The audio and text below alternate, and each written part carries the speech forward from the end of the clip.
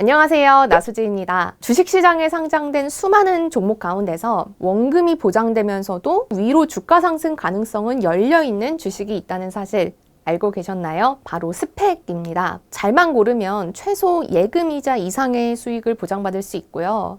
만약 잘 돼서 좋은 기업과 합병하면 공모주처럼 높은 수익을 낼 수 있는 주식인데요. 최근 미국 시장에서는 니콜라 드래프트 킹스, 버진 갤럭틱 등 주목받은 종목들이 이 스펙을 통해서 상장을 했습니다. 그래서 스펙 자체에 대한 관심도 상당히 높아지고 있고요. 또 빌 에크먼이라는 퍼싱스퀘어 회장이 지난 7월에 40억 달러 규모, 역대 최대 규모의 스펙을 미국에서 상장해서 화제가 되기도 했습니다.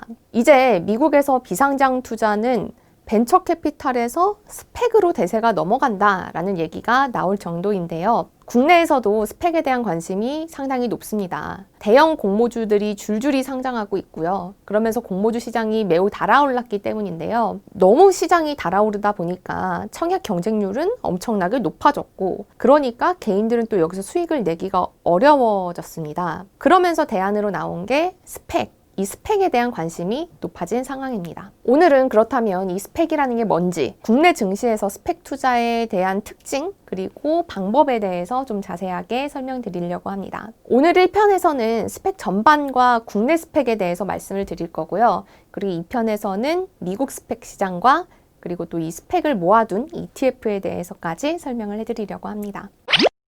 먼저 스펙이 뭔지부터 알아보겠습니다. 스펙은 Specified Purpose Acquisition Company의 앞글자를 딴 건데요. 우리말로는 기업 인수 목적 회사라고 합니다. 회사긴 회사인데 일반 회사처럼 사업을 목적으로 만든 게 아니라 기업을 인수해서 합병하는 것만 목적으로 하는 회사라는 뜻입니다. 한국에서는 2009년에 이 스펙 제도가 도입이 됐으니까 스펙이 생긴 지 한 10년 정도 살짝 넘은 건데요. 보통의 상장 절차는 이 상장을 원하는 기업이 있고, 이 기업이 증권사를 통해서 대략의 가치를 평가받은 다음에 이 시장에서 돈을 끌어모으는 게 순서입니다. 최근에 상장한 카카오게임즈를 예로 들면, 이 카카오게임즈가 주식시장에서 상장하려고 상장 주관사인 증권사를 먼저 선정을 하고요. 그 다음에 거래소의 심사를 받은 다음에 기관 투자자 청약을 거쳐서 공모가를 정합니다. 이 공모가에 따라서 개인 투자자들이 신주를 사겠다라고 청약을 하고, 청약을 마치고 나서 모인 이 자금을 회사가 받아서 상장을 마무리하게 됩니다.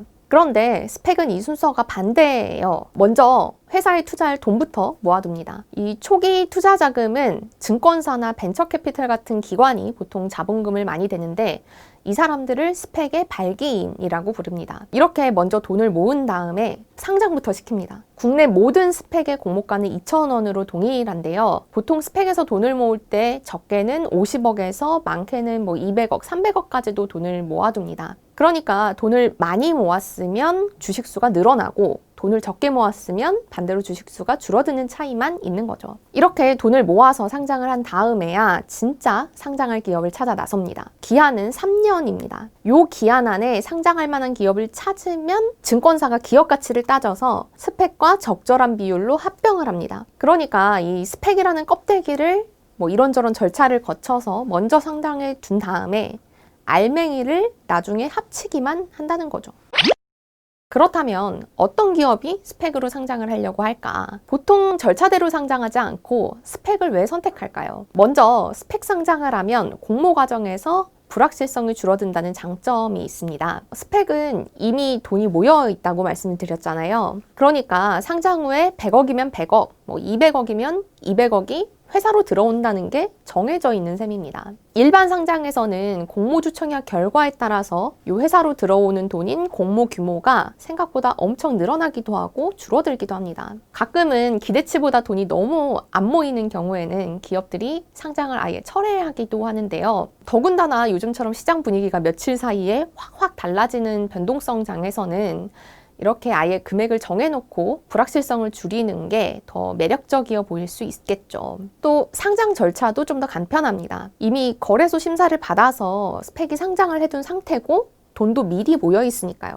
물론 그렇다고 해도 거래소의 상장 예비 심사를 받아야 되고요. 또 이미 모여있는 스펙의 주주들에게 동의를 받는 절차도 필요합니다. 이걸 감안하더라도 일반 공모 절차보다는 시일이 훨씬 더 단축이 되겠죠. 그러니까 빨리 정해진 금액을 투자받고 싶은 기업들이 일반 공모보다는 스펙을 선호한다라고 말씀드릴 수가 있습니다.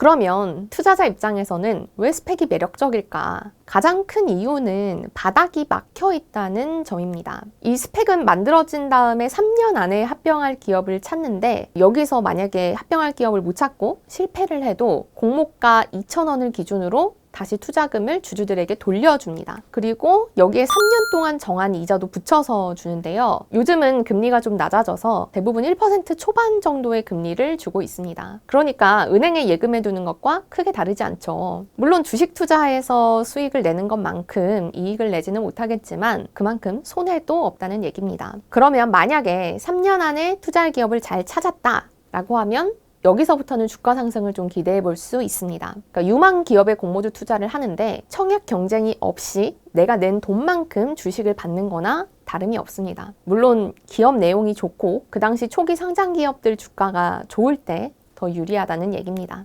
대신 리스크도 있습니다. 가장 큰 리스크 요인은 합병할 기업을 찾기는 찾았는데 이게 좀 허접한 경우입니다. 그때는 오히려 상장한 다음에 주가가 떨어질 수도 있겠죠. 이때도 방법은 있습니다. 만약 합병할 기업이 내 마음에 들지 않는다. 허접한 기업과 합병을 하려고 한다든지 아니면 기업을 너무 고평가해서 합병 비율이 좀 마음에 안 든다라고 하면 원금만 가지고 나오실 수도 있습니다. 합병 전에 장내에서 팔아버릴 수도 있고요. 또 주식 매수 청구권을 행사해서 그러니까 나는 이 회사 마음에 안 드니까 내 주식 주로 사가세요 라고 해서 원래 투자한 가격에 주식을 처분할 수도 있습니다. 그러니까 수익률에서 바닥은 막혀 있거나 내가 막을 수가 있고 위로는 뚫려 있는 투자가 바로 스펙인 셈입니다.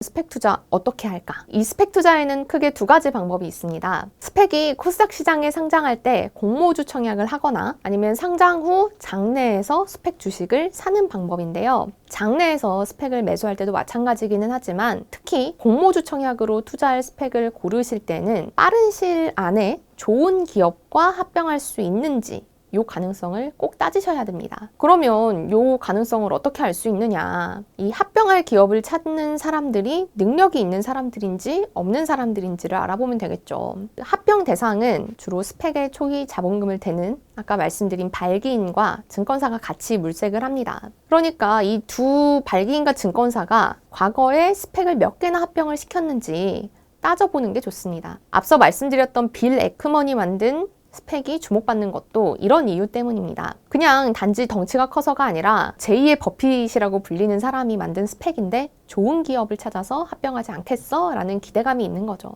현금이 좀 넉넉한 분들이라면 아예 합병은 염두에 두지 않고 작지만 확실한 수익을 노려보겠다라는 전략도 생각해 볼 수 있습니다. 이를테면 이런 겁니다. 아까 스펙은 3년 안에 청산을 해야 된다라고 말씀을 드렸죠. 그리고 청산할 때는 스펙 공모가인 2,000원에 3년치 이자를 붙여서 다시 돌려준다 라고도 말씀을 드렸습니다. 그러면 청산이 얼마 남지 않은 스펙들 가운데서 이 공모가인 2,000원 밑으로 주가가 살짝 내려와 있는 이런 스펙들을 매수를 하시는 겁니다. 그걸 청산까지 가져가면 거기에 3년치 이자인 3% 안팎의 이자까지 붙여가지고 받으실 수 있습니다. 드리는 노력 대비 수익이 너무 미미한 거 아니냐라고 생각을 하실 수 있겠지만 손실 위험이 거의 제로에 가깝다라는 점을 생각을 하시면 당장 예금보다 훨씬 나은 틈새 투자처라고 볼 수 있습니다. 저는 지금까지 스펙이 뭔지, 또 국내 스펙에는 어떻게 투자해야 되는지 이런 것들을 말씀을 드렸는데요. 다음 편에는 한국보다 더 핫한 미국 스펙 얘기로 돌아오겠습니다. 긴 영상 시청해주셔서 감사합니다.